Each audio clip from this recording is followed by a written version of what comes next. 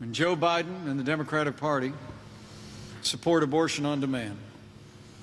And Joe Biden actually supports using taxpayer dollars to pay for abortion all the way up to the moment of birth. My part, I couldn't be more proud to be vice president to a president who stands without apology for the sanctity of human life. President Donald Trump is the most pro-life president in American history. It's true.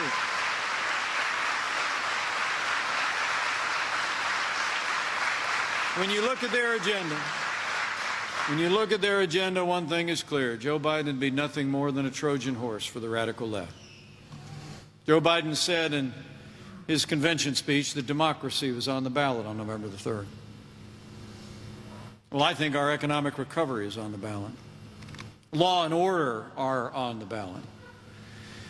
But I also think there are things much more fundamental and foundational to our country. You heard Ben Carson reflect on it. You heard David Young reflect on it. I mean, I honestly will tell you, I don't think when the dust settles in this election, it's going to be whether America becomes more Republican or more Democrat, whether we're more liberal or more conservative, more red or more blue. I think the choice in this election is whether America remains America.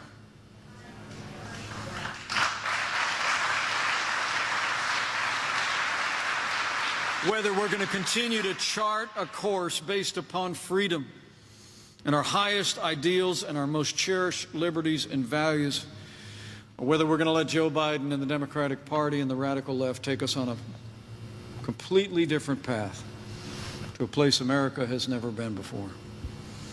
That's why, men and women of Iowa, we've got to decide right here and right now that Joe Biden will never be president of the United States of America. We're going to re-elect President Donald Trump for 4 more years.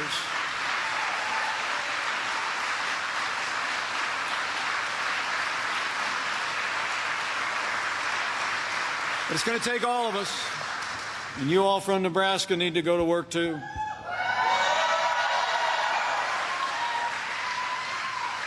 You got to bring this enthusiasm. You got 33 days to go.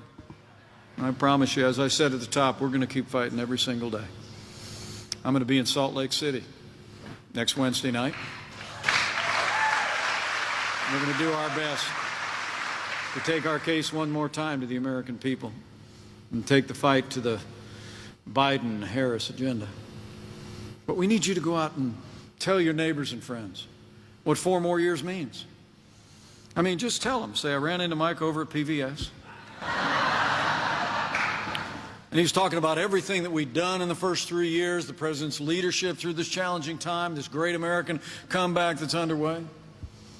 But he was just excited about what we could do with 4 more years. I mean, 4 more years means more jobs. 4 more years means more judges. 4 more years means more support for our troops. And you tell him I said it's going to take at least 4 more years to drain that swamp.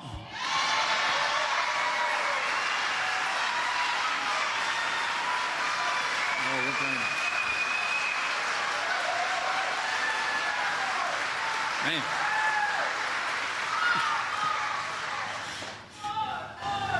I love her enthusiasm. But thank you for that. Thank you for being here today. I just encourage you to leave here today with renewed faith. Well, you turn on the television anymore, and not that anything different the last 3.5 years. It's been, with one network exception, it's been ongoing negativity, ongoing criticism, right? But this president has turned his face like flint against the wind every day. And I can tell you firsthand, my friend, your president, has never stopped fighting to keep the promises he made to the people of Iowa and Nebraska. Now it's your turn to fight for him.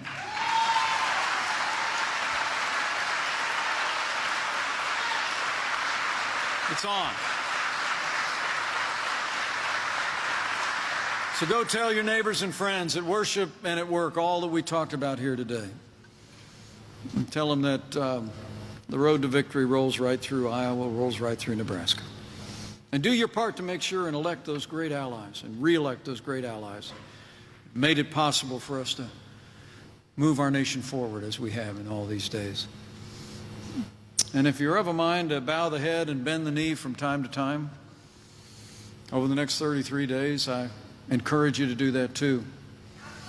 As I love that ancient verse, that if his people who are called by his name will humble themselves and pray,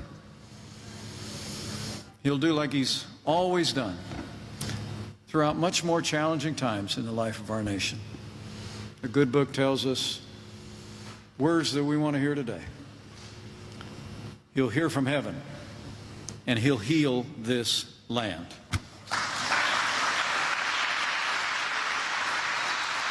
This one nation, under God, with liberty and justice for all.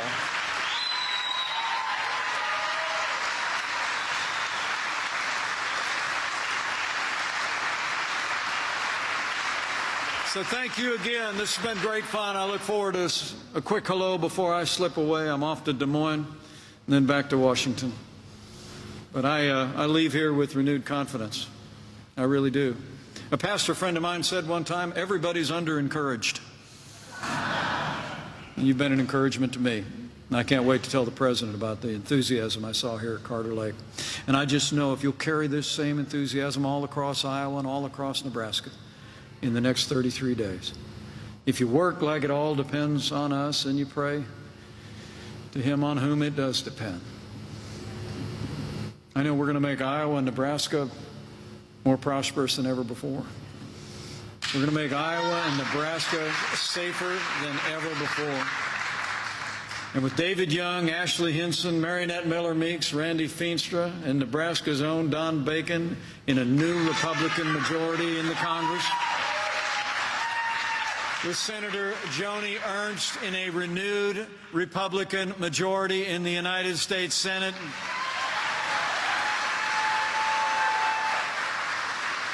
with President Donald Trump in the White House for 4 more years, and with God's grace, we're going to make America